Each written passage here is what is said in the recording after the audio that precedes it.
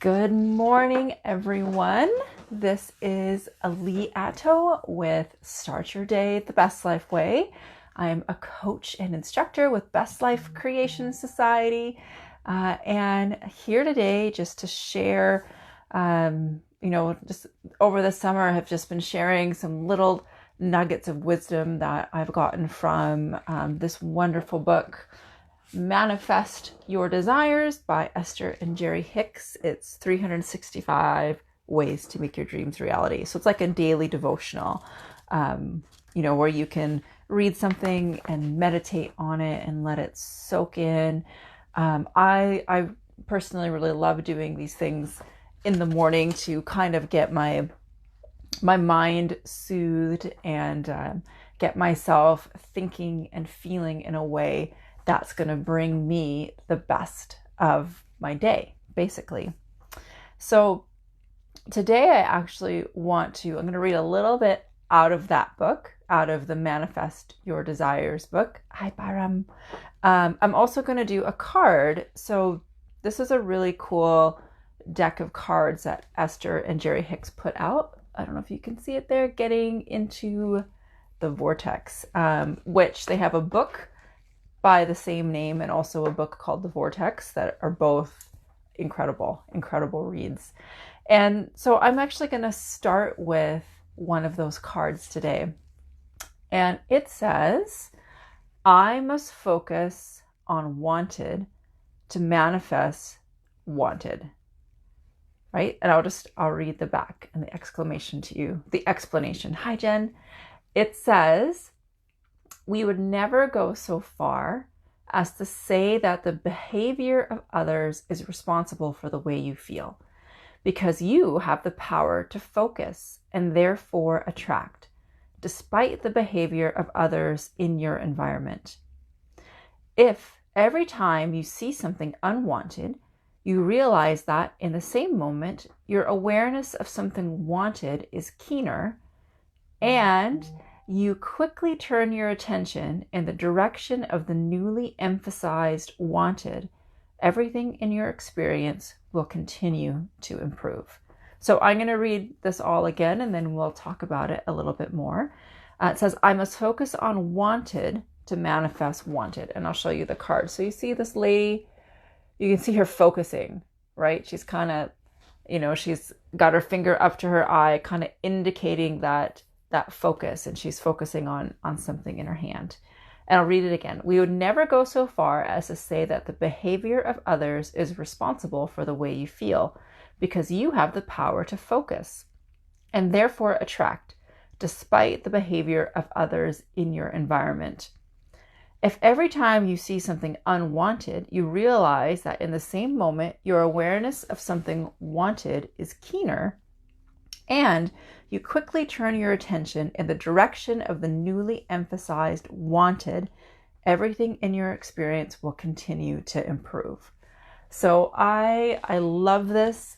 And I found this to be so very true in my life. And if you listen to Abraham Hicks at all, they say that, words don't teach, experience teaches. And I have definitely experienced the being in a moment and focusing on the thing that I didn't want and getting a lot more of it, versus taking that moment, hi Jacqueline, taking a step back and saying, oh, you know what? I don't prefer this. I'm acknowledging that I don't really like it.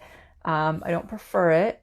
What can I focus on that I do want? What is the thing that now I really, because of this contrast, because of this maybe slightly jarring feeling, I know that I want something else.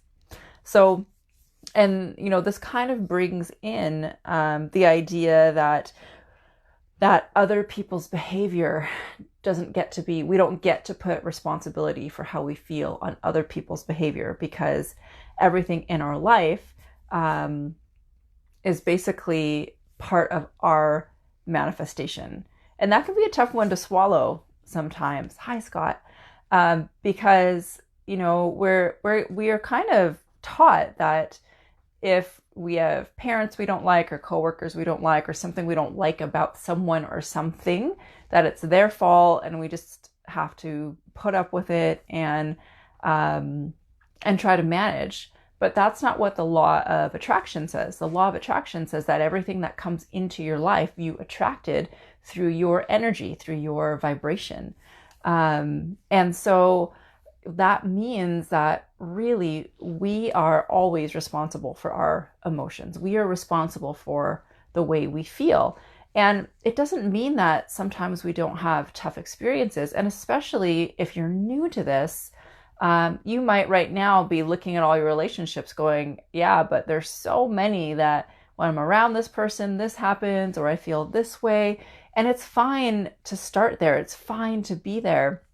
But the more you can start shifting, instead of looking at that person's behavior and how it drives you crazy, and shifting into what you want from that relationships, or what you want in and of yourself, you will see things shift really quickly. I'm going to see what Jen says. She says, so true. Appreciate your life experiences. All experiences are good. Some provide what we want, others provide clarity and let us know to shift focus. Absolutely. So I'll say this, that, I mean, you can have great relationships and still have different things that you don't love about them, and find that you're maybe, so I'll just say that the times when if I'm not in my alignment and I start criticizing my husband in my head, or I'm dissatisfied with some behavior of my children or my coworkers or whatever it is, I find very quickly that things don't go well. Either like my kids will act out more, or my husband and I will get into a little tiff over something that's just silly, and in the moment I'm going, oh, right. I forgot to focus on what I want.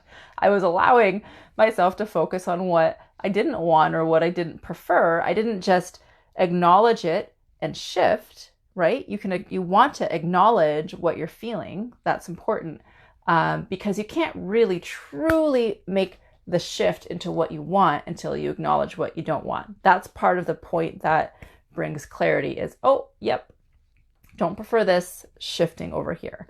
And then when you start to notice that you can stay in the habit around a certain person or people or situation where you're holding them in that space of what you prefer, what you want, what you love, what you appreciate about them, you will find your relationships go a lot smoother. They will magically transform in front of you. And this is great too. This is such a great experiment to run if you're new to law of attraction, or maybe you haven't thought about it in this way, because you can just do this all yourself and notice the outcomes, notice how you feel, notice how people are treating you. And the truth of it is that when we're able to, first of all, honor our feelings and emotions, sift and sort what we prefer, and focus on what we want, we change everything around us. We change how we feel, we change what's coming into our experience, and that actually allows us to look for the best in others. It allows us in our place of alignment, in our place of shining with source, love, God, power, universe. It allows us then to see, to notice, to want to call out, even if it's just inside of us, those beautiful things that we see in others. We can see them through the eyes of source. We can start to find ways to appreciate that other person, even if it's, your coworker that's been across the cubicle from you for 20 years and they drive you crazy. Well, through the eyes of source, you absolutely can and will find something wonderful and beautiful and magical about that person, because that's how source thinks about them. The more we can see through the eyes of source, the more we can actually appreciate every single person that's in our life experience. And when we approach people with that kind of love, appreciation, and openness, they can't help but start to interact with us the same way. You become basically that beautiful, dominant, overflowing, loving energy, and things will change all around you. I'm going to read what Jen says here. So true, Ali. Briefly acknowledging what isn't wanted is very important. Dwelling or complaining on the contrast will bring more of it to you. Deliberately shift your focus to what feels better. Oh, it says see more. How do I see more? Oh, just lots of hearts. Love it.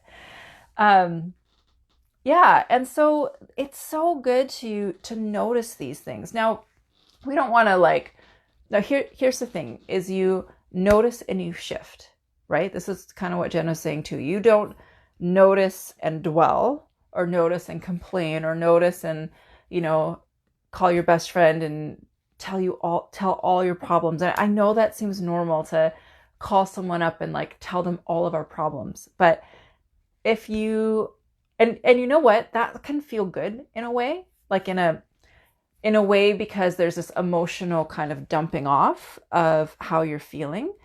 But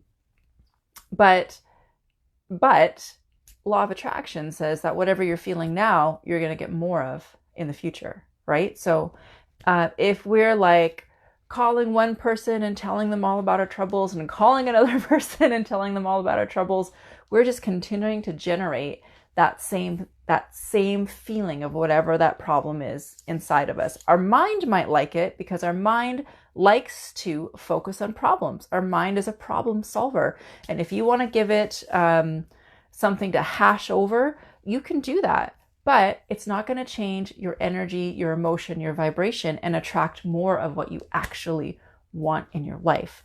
So Jen says it's difficult. If it's difficult to see something good in someone who's upsetting you, just shift your focus on anything else that feels better. That's so true. So anything else. So we're in this situation, say, where we're used to calling somebody up and just dumping on them everything that's happened to us. Now,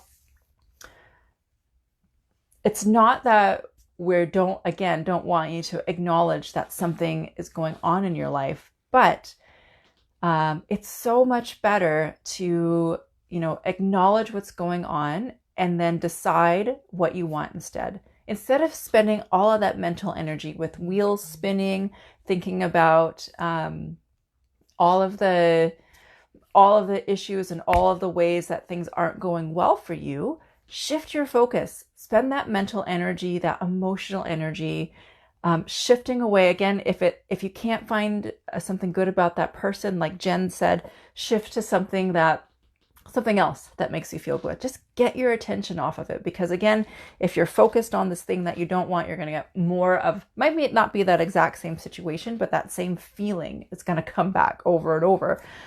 Which is why we can get into these cycles sometimes, where if you've ever gone, oh, it just happened again, or why does this always happen to me? Maybe it's because there's been a focus on that emotion, not the same situation, but the same feeling has come up.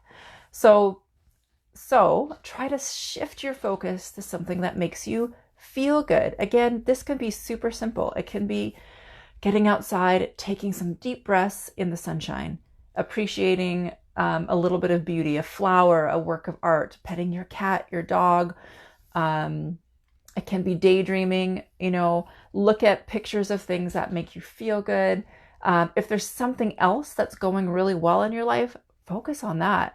And the thing is here is, if we know that our source, our God, has this stream of well-being going on us all the time, and that it's got our backs, then it's okay to let this situation go and focus on something else, because it's all going to work out. Everything always works out for us. I'm going to see what Jacqueline says.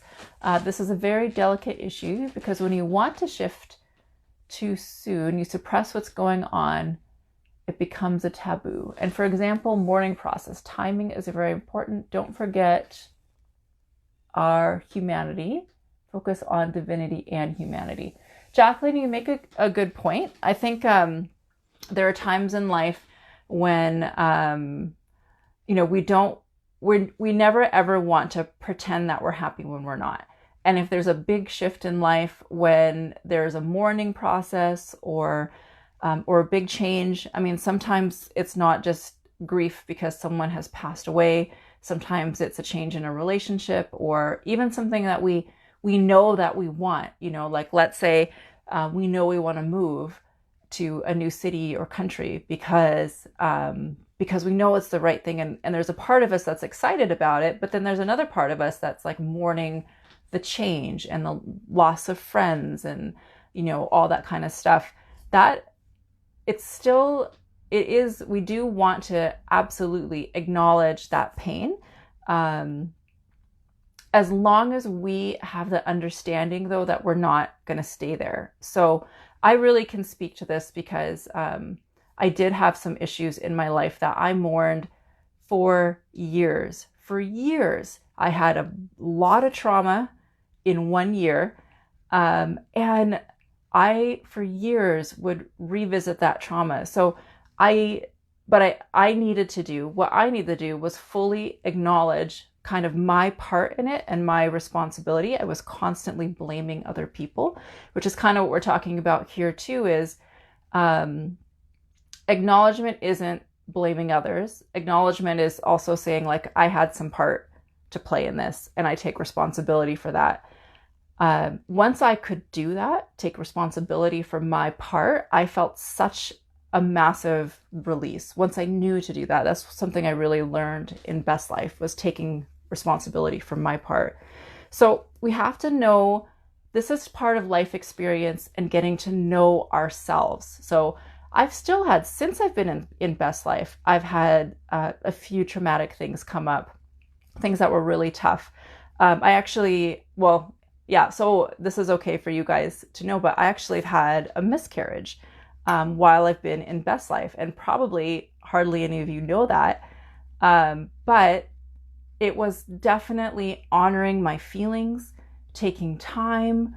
I was quiet. I spent a lot of time alone, with my source, definitely grieving, but grieving in partnership with the divine, grieving in partnership with source, but also, taking the time that I needed to be in that grief, but not allowing myself to stay there, not allowing myself. And this is where your life experience comes in. Because I've grieved other things before. I've grieved other things and know what it feels like to, sorry, some of the comments weren't coming up here. So hopefully you guys can see this all right. And you do need the space to process it without judgment. And this isn't about judging our pain. It's about actually really acknowledging our pain, but still keeping a forward focus, not getting lost in the pain, right? Because when we go through grief and loss, if we don't find a way to move forward, we can get trapped there. I know that from traumatic experiences in the past. There was a part of me that was really stuck, that when certain words would come up or certain memories, or I would be back and like, oh yes, but then this happened to me and this happened to me and this happened to me, and I didn't really move forward. That was really different than this time during Best Life, when I learned about giving space, like you're saying, to my feelings, but keeping a forward focus, knowing that the way that I felt was good and right, but that I didn't want to stay there, because I'd already learned through life experience, mostly through training with Best Life and other personal development, that not a fake positive focus. I'm not talking about like jumping up and down and saying rah, rah, rah when, you feel like your insides are torn open. But knowing like that stream of well-being that was from source is always there, that even in the midst of this awfulness, that everything was going to work out for me, that this is part of my journey for whatever reason, and I was going to come out of it okay, more than okay. And it's that when you start feeling more and more of that connection and more of those life experiences that can teach that we will be okay, that there is something bigger and broader than just even this life. And it wasn't so overwhelming. It was something that I could process, take the time.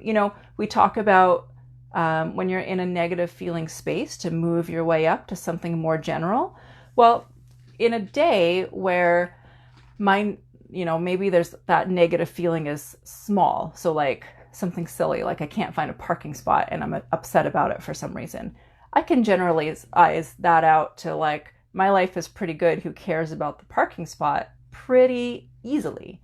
But something bigger like this, you might take more time, and that's fine. There's no rush ever with our emotions. But it's up for us to learn how long or when it's time to shift to something more positive. So I needed some days where I was really grieving and honoring that time and space. But at some point, because I was so much more aware of my emotions, it's like, okay, I can shift to something that makes me feel a bit better now. It's time. And could stay there as long as I needed. And then, okay, I can shift to something a little bit better now. And, there's still times, of course, when I feel sad about some of the things that have happened in my life. But when I tune back into source and understand this broader perspective, that we're all one together, that everything works out for all of us, then, that brings some soothing to that sadness. I'm just going to read a couple more comments here. I don't know who's on the best life section, but it says, absolutely always acknowledge the rightness of your feelings and then generalize to feel more alignment with source within you. And Jen's replying to someone, but I'm sorry, Tracy, I can't see your comments. So I'm just going to read Jen's. So true. Faith opens us up to that, knowing that we can come from one source and it's all source and pure love and light. And Jen says, it's flipping through here. The negative feeling is always calling us to refocus, not to dwell or dig into. Everything is always good. Source always sees it that way. And grieving is a release of resistance and allows us to move forward. Yeah. So I hope that helps, Jacqueline. And it's a really good question because I think more than anything, it's finding that the forward focus of feeling good without stuffing or dismissing our emotions. Absolutely. And you know what? We just have to know what is right for us. So if you're grieving or if you're going through something major, or you know what, it might also be, we're talking to someone on the alignment class last night that has a lot of really awesome positive change, and she's just tired, and giving herself the space to process the positive change and to take a lot of naps if she need to. I mean, when I'm grieving, I need to sleep a lot because I feel like my body wants to just get back in that place with source where there's no resistance. And like Jen says, grief is a releasing of resistance. It's releasing and allowing things to move on. But also when great things are happening, sometimes we need to sleep more too, because we need to release that resistance and allow ourselves to move forward. And Jacqueline, you say it's all about embracing both sides of duality and integrating our shadow sides, the white and black yin yang symbol, and creating from our higher self, tuned into the source of love, well-being, wisdom, being kind and friendly to ourselves with lots of self-love and humor. Absolutely. Yes. And that discernment, that discrimination, that, we don't ever want to compare ourselves. We just want to be, we just want to be in that place of connection with source. And this is all about us learning to follow our internal guidance system, right? Always. Not worrying about what other people think, not shoulding ourselves, not thinking that we should go through a process a certain way or not. It's just allowing ourselves to be in that connected place and to follow what we know feels good to us. Jen says, absolutely, everything is always two sides, what's wanted and the absence of it. This is necessary for expansion and moving forward.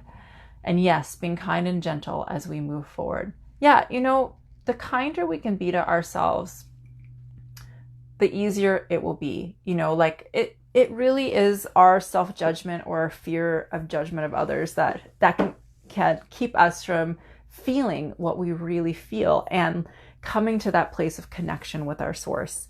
Human being. Yes, Tracy, absolutely. It is about that being and that life experience and knowing that there is no good or bad in our emotions. Our emotions just are. They're signals. They're beacons. They're meant to help us know where we're at. They orient us in this universe. They're orienteering tools, if you will. And just knowing how to use them, cherishing every single one of our emotions. There's no good or bad in how we feel. They're just indicators, and allowing ourselves to experience that indicator. And if it's not something that we prefer to stay in, to find a way to stay forward focused and continuing to focus on what we do want. So again, like if we're finding, for probably more day to day or maybe big stuff too, but if we're finding that we have a tendency to observe things that we don't want, that's actually okay, but take a second to observe that thought and then start to focus on, what I do prefer, what I do want.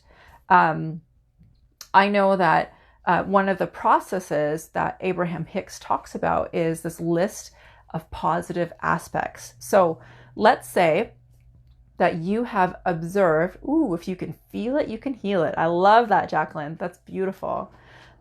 Let's say that you have observed something in a relationship that you don't like.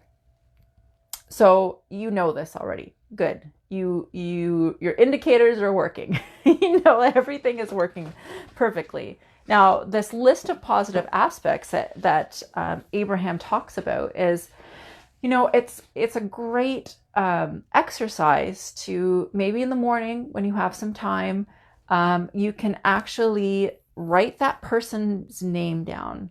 And just list out, like if you're already in a really good feeling space, this helps. If you've just meditated or done some daydream, write out the things about them that you can appreciate, and try to write from a place of seeing them through the eyes of source. And you might be surprised how many positive things come up writing about that person. I know that one of the Abrahams I've listened to, they've said that this is something they would do every day. If they were in our physical shoes, they would write a person's name down or a thing's name down and just write out the positive aspects. So I know that when I've lost focus on the things that I love and adore about people who are close to me, this is like one of the easiest ways to get back on track with seeing them through eyes of source. Just, because once you start, you'll be really connected with source, and you can start writing more and more, and just write till it feels good. Like you don't have to force it. Maybe at first there's only one or two things, and that's good. But then you can take those words with you that day, and you can, if you see that person, maybe you can focus again on, oh yeah, I've seen you through eyes of source. I know that you're loving and gentle and kind and well-meaning and trustworthy and whatever it is. And imagine, if we all were able to see each other that way, how incredible our relationships would be. Jen says, our emotions are beautiful, loving guidance, and we are free to focus as we choose. It's so true. We get to choose. That's one of the incredible things about this universe, is that we do have the freedom to choose how we feel. Now, if we're new to this, it's okay to sift and sort and work. Or even if you're not new to this and you're just going through something, it's okay to sift and sort. There's no rush. There's no push. There is just working it out at your pace, in your timing, however works for you.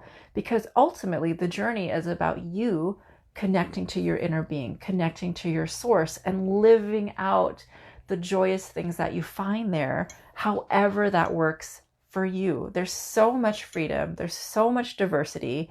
And you get to find yours. You get to find what works for you. Jacqueline says, yes, the deliberate appreciation game. It's amazing how strong this works. And Jen says, yes, that's getting out ahead of it. So good, Ali. We are deliberate co-creators. So powerful. Yes. So, getting out ahead of it is what Jen is talking about, is doing this work ahead of time, appreciating things or people ahead of time, writing those lists of positive aspects, meditating, daydreaming. So sometimes once a situation has shown up, it's already there. It's manifested. It's old news in a way, because all the things have conspired, all the things have worked to have this situation show up in your life right now. That's fine. You can accept that situation, learn from it, decide what you want, what you prefer and don't prefer, and move on. The getting out ahead of it, though, is saying, okay, I don't prefer this. I do prefer this. When I focus on what I do prefer, so maybe I'm going to write this list of positive aspects so I know that I can see this person through eyes of source. I see them with so much love and appreciation that when I see them when I see them again, I'll have more love and appreciation for them, which means our whole dynamic will change. Getting out ahead of it is doing that work ahead of time, that appreciation, that loving, that getting yourself in a place where you feel good, so that that same situation that came up that you didn't prefer maybe won't happen again, because you've put something else out into the universe, which is pretty amazing. So with that, let's just take a moment or two. I don't quite know what we're going to do yet. Let's take a couple of deep breaths together and just meditate on the incredible power that we have to feel, to change things through our thoughts and through our emotions and through getting out ahead of things. So if you're in a place where you can settle back and take a couple deep breaths,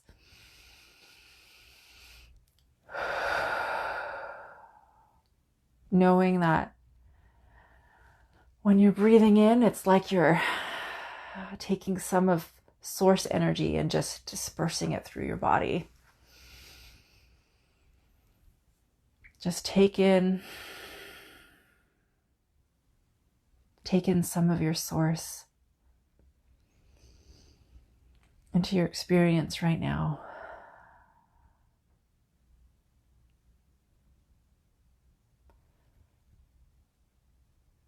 And just say, source, energy, higher power, God, inner being.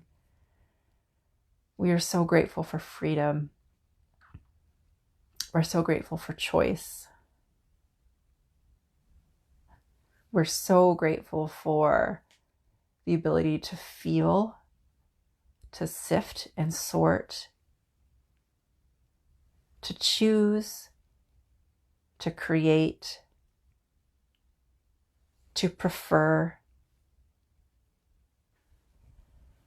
We're so grateful for the ways that we can get out ahead of things, for the ways where we can most of the time be in such a beautiful, positive space. Well, we're grateful for the ability to acknowledge our emotions, whether they're positive or negative, to choose what we want. We're grateful that there's no judgment from you. There's no rush. There's no push. That you have a constant stream of well-being. You have a constant stream of love and acceptance and encouragement that's always with us, right where we're at, beaming a beautiful light in and through us, that you're infused in us and in our cells, that you are with us in the present, and that you're always beckoning us forward to more in a time that's perfect for us, in the time that's best for us, in a way that's the most loving and acknowledging of who we are.